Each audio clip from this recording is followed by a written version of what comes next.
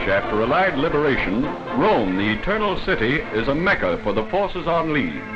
For Canadians stationed nearby, leave passes are issued so that all may visit the ancient capital of the world. A parade is held to honor the opening of the Canadian Social Center in Rome, the Canada Club. In charming, sunny surroundings, Canadians may while away the precious hours of leave. Old acquaintances are renewed and new friendships formed in a palatial home away from home. Millionaires' tastes may be satisfied on army pay. For those who like a little rug cutting, an Italian jive band gives out daily. The bella signorina who leads the hepcats sure shakes a mean maraca.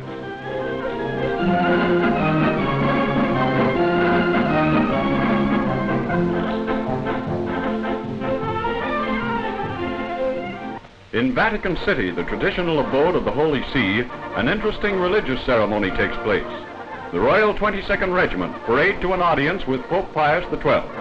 In the cloistered halls of the sacred city within a city, devout Canadian Roman Catholics are given the opportunity of paying their respects to the head of their church.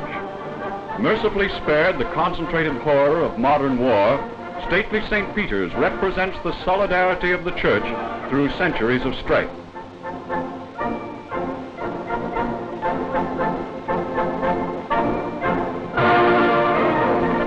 In relief against the ancient background, move the warriors of Canada who symbolize the modern Dominion, solidly united against the forces of evil.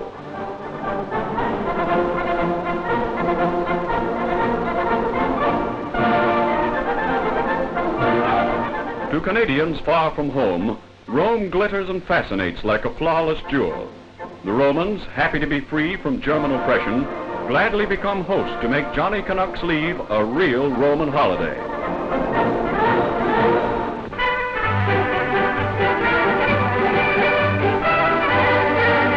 Behind the lines in the Italian campaign, troops of a Canadian formation turn out for a formal inspection by their high-ranking officers. Lieutenant General Burns heads the inspecting party. Scrubbed web and well-pressed tropicals are the order of the day. The Canadian Corps in Italy prove their smartness on the parade square as they've demonstrated their toughness on the battlefield.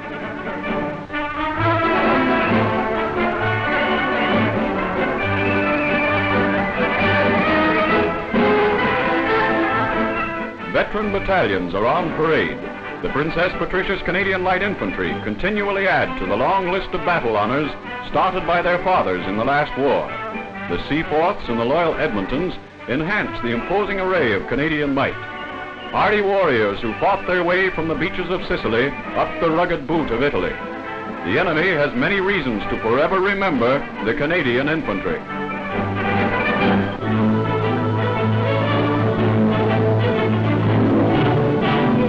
The Canadian flag flies over Lord's Pavilion for the first time as the Dominion puts an all-Canadian Army team in the field against a Lord's 11. The fountainhead of the British national sport, Lord's is to cricket what St. Andrews is to golf.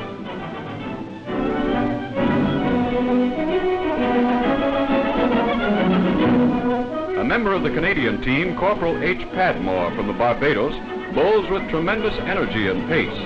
Having already played against the Royal Australian Air Force, Padmore is well on his way to becoming a star player. Canada provides the first sensation of the match by taking a wicket from the New Zealander Lieutenant Dempster, playing for Lords, who bats first. Captain Northwood and Captain Simpson give a top batting performance for the Canadians.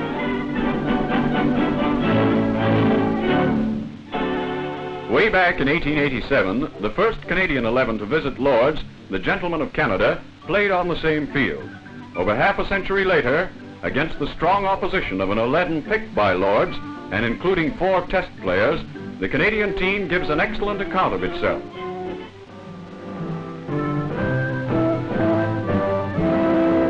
In a war-scarred village under a bright Normandy sky, loyal Frenchmen gather to celebrate Bastille Day. It's a far cry from the days of Robespierre and Marat, from that July day in 1789 when the revolutionaries from Marseille marched on Paris. The same spirit that moved the masses to take that impregnable prison fortress, the Bastille, still lives in the French resistance movement of today.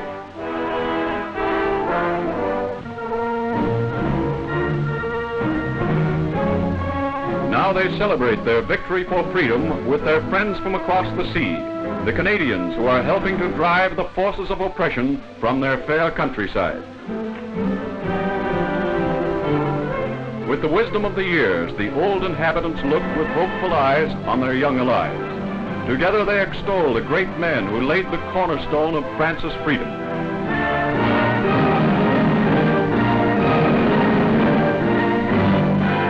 A guard of honor from a French-Canadian regiment present arms as the strains of the Maple Leaf and God Save the King mingle with La Marseillaise. The ceremony binds more closely the peace-loving people of the old world and the new.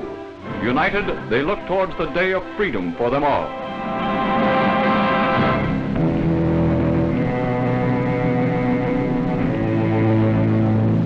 With the village of Carpiquet in Allied hands and the drive on Caen underway, Canadian infantry run into fierce resistance in the Carpiquet airfield sector. In spite of a fierce artillery barrage from army units, naval guns, and rocket-firing typhoons, the Germans hold on tenaciously for days. Entrenched in foxholes, Canadians closely engage the enemy and finally drive him from the important airfield. On the walls of what remains of the officers' mess still stand the Luftwaffe slogan by Goering and Hitler's message to his pilots. Solidly entrenched behind concrete emplacements many feet thick, the death or glory boys, Hitler's picked SS troops, are killed and captured only after a titanic struggle. With the airfield firmly in our grasp, Canadian troops join the main assault on the ancient city of Caen. Caen is an important military objective because of the strategic position it occupies. Its possession consolidates territory already held and frees the hands of the British Second Army for more open operations. Canadian troops play the leading part in one of the most massive assaults that Rommel has had to face in this war. Entering from the north, the onslaught carves its way right through Caen to the junction of the Odon and Orne rivers, due south of the town. Ruined buildings stand as evidence to the effectiveness of the naval support bombardment.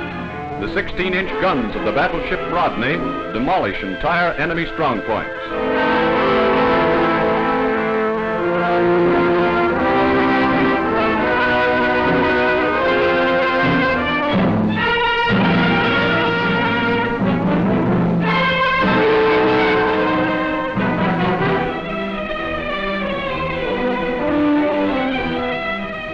As the tide of battle moves forward, French civilians return to collect the salvage of their ruined homes. Life begins anew in battered Caen.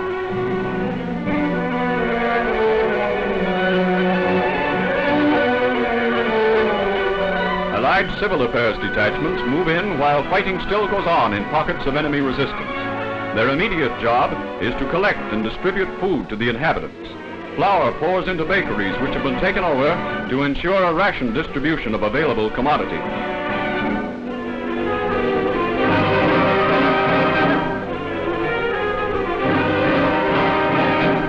The French take as well to the ration queue as do their English cousins.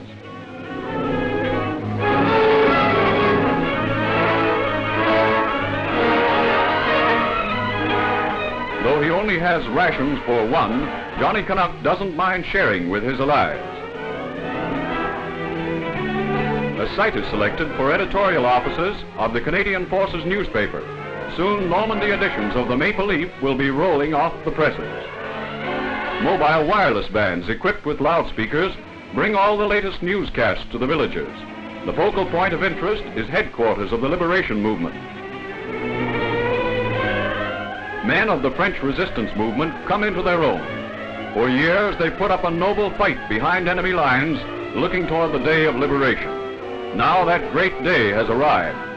In a simple though significant ceremony, the Cross of Lorraine is unfurled in the town square. Hearts swell with pride as civilians and military pledge anew their allegiance to those three great principles of the Republic: liberty, equality, fraternity.